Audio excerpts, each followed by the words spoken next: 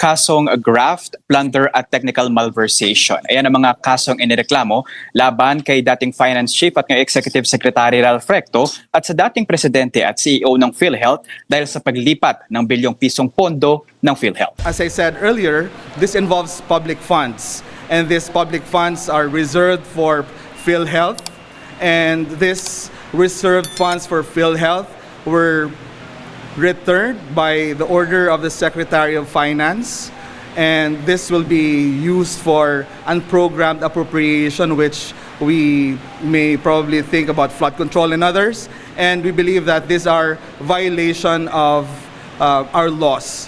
Matatandaan na Disyembre noong nakaraang taon, unanimously na ipinag-utos ng Korte Suprema ang pagbabalik ng 60 billion pesos na pondo ng PhilHealth na naunang nailipat sa National Treasury. Court, through the ponentia of Associate Justice Amy C.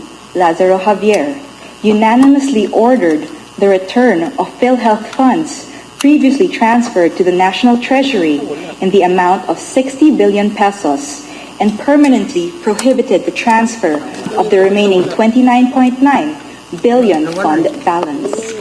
The court, by a majority vote, also declared void Special Provision 1D, Chapter 43 of the 2024 General Appropriations Act, or the 2024 GAA, and the Department of Finance Circular Number 003-2024 for having been issued and implemented with grave abuse of discretion amounting to lack or excess of jurisdiction. Hindi ito ang unang reklamo laban sa mga opisyal kay Recto at kay Ledesma kaugnay ng paglilipat ng bilyong pisong pondo ng PhilHealth. Pero ayon kay Recto, iginagalang niya ang kalayaan ng sinumang individual o mga grupo na gamitin ang mga legal na pamamaraan upang panagutin ang sinumang may kamalian sa ating pamahalaan. We respect the right of any individual or group to seek redress through the legal process. At this time, we have yet to receive a copy of the complaint.